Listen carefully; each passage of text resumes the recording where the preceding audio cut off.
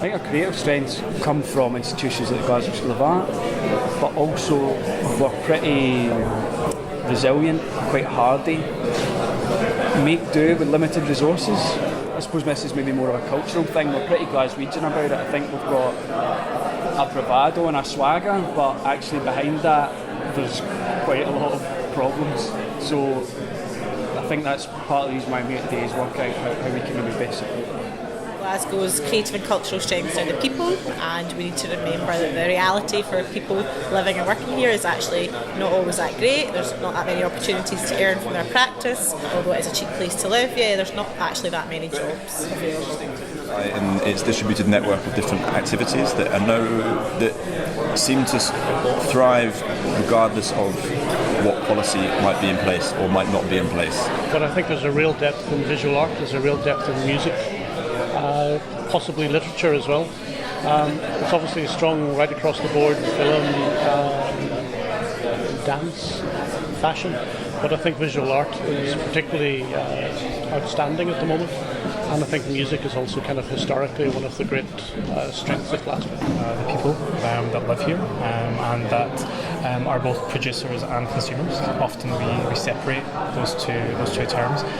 There's amazing artists, designers, musicians, practitioners making fantastic work here, but they're also consuming it. So I think the great strength is that we have a production and consumption economy within Glasgow. I think the art school has a really big role to play, because I'm always surprised whenever I go anywhere and meet people how many links there are to the art school and how well connected Glasgow is. We're talking a lot today about challenges, but I think actually there's a lot of strengths in the connections between people.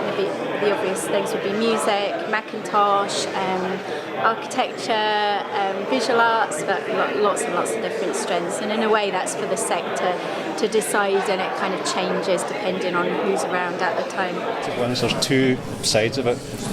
One of the institutions, we've got great institutions like the School of Arts, like the national companies, the Conservatoire, Tramway, places like that. Those strengths I think need to be built on, but I think we also have a kind of whole load of very creative people who surround those institutions, whether the public bodies are aware of them or not. And whenever I come into touch with it, particularly younger people, it seems a very vibrant sector, so I view that as a strength. So why did I come here today? I came because I was interested in how Glasgow can better facilitate cultural production as a means of furthering its development as a city. It was interesting to try to speak to people about how we could address images that are not quite right about how groups of people can work together and create networks without necessarily working against each other. I came here today to really find out more about what this event was really all about, see who had been invited to the table to address some of these issues and ask those questions, and make sure that the organisations, people, communities and individuals that I feel that I somewhat represent across Glasgow had a voice at today's event. The creative and cultural sector is really important to Glasgow, not just to the economy but to the vibrancy and positioning of the city.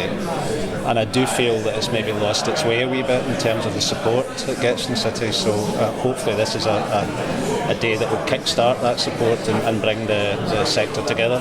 To participate in a conversation about the importance of creative industries in Glasgow, but specifically to look at it from the lens of artists and contemporary art organisations working independently, because that's where I work, that's who I support. I'm a textile artist. I also lecture in the Glasgow School of Art textile department. I'm also a performance coach for designer makers. I'm quite invested in how the sector looks after itself. How do we get better at things? How are we talking to each other enough? Some have said today we're talking to each other too much, but I was interested in hearing and meeting other people. To find out more about what was happening and to think about policy and how people can collaborate on what the future of creative arts, culture, creative industries will be in Glasgow.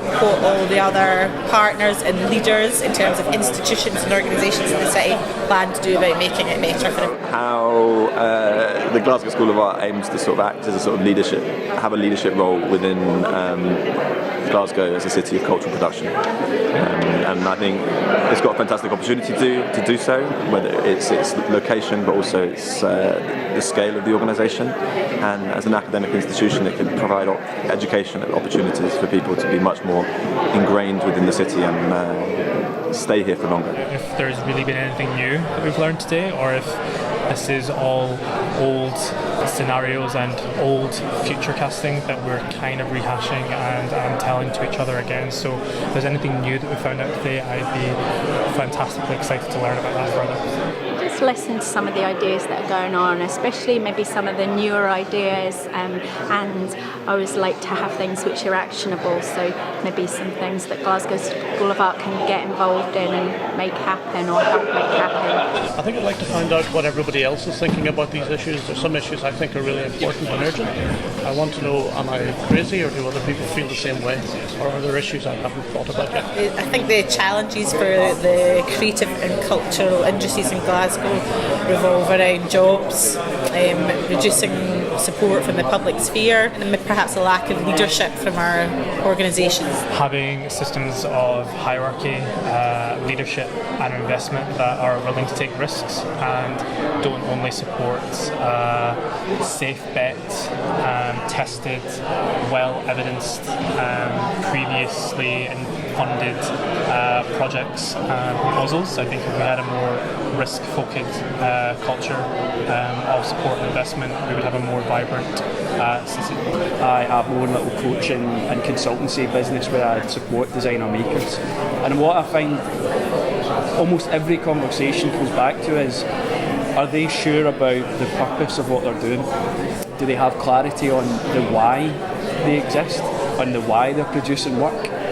And I think that's a challenge that individual practitioners and businesses find in the creative and cultural industries, but it's also what we're talking about today. How do we group everyone together with a common why, with a common purpose? Some of the other challenges we talked about and seemed to be prevalent in the room was this idea that the creative sector and the cultural sector were very different, and that they couldn't work together, or that there was a lack of understanding, with the creative sector being seen as something that was easily measurable and only measurable, and that the cultural sector was something that was more about meanings and meaningful.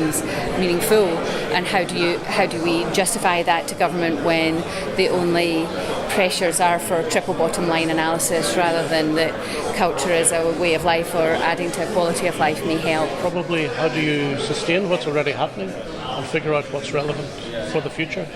Some of the things that have happened with the world changing, it's now a much more digital world, it's a much more mobile world, so do you really have to stay in Glasgow, or is Glasgow connected in a different way, and therefore the idea of a stable, geographically located art scene might not be necessary? Or perhaps it is. That's one of the questions I'm interested in. I think if you're in the more commercial sectors, part of the challenges is the strength of London and the dominance of London and breaking into distribution of your content, your creativity. I think if you're in the more cultural side of it, part of it is just making a living. I think it's still very underfunded, and a lot of the artists are probably not making much in the way of income, even though they might enjoy what they're doing, so it's helping to establish that. If I could do one thing to support Glasgow's creative and cultural sector, it would be to better support those who want to occupy space. Currently there's very little framework around which creatives are occupying space, and therefore they're often the victims of exploitation by those people who own the buildings. I think if we could create a more transparent and accessible framework for people to learn about or have better property literacy around how they occupy space, I think we'd find ourselves in a much more the sector generally be more sustainable. Undoubtedly, the fact that it's got an abundance of space, it's got a huge number of empty, vacant buildings that then are accessible, and that provides a framework around which people can create their own culture as opposed to it being imposed on them. There's a way that we can probably support that further in terms of creating more easily accessible access to spaces within the city, which currently is very challenging.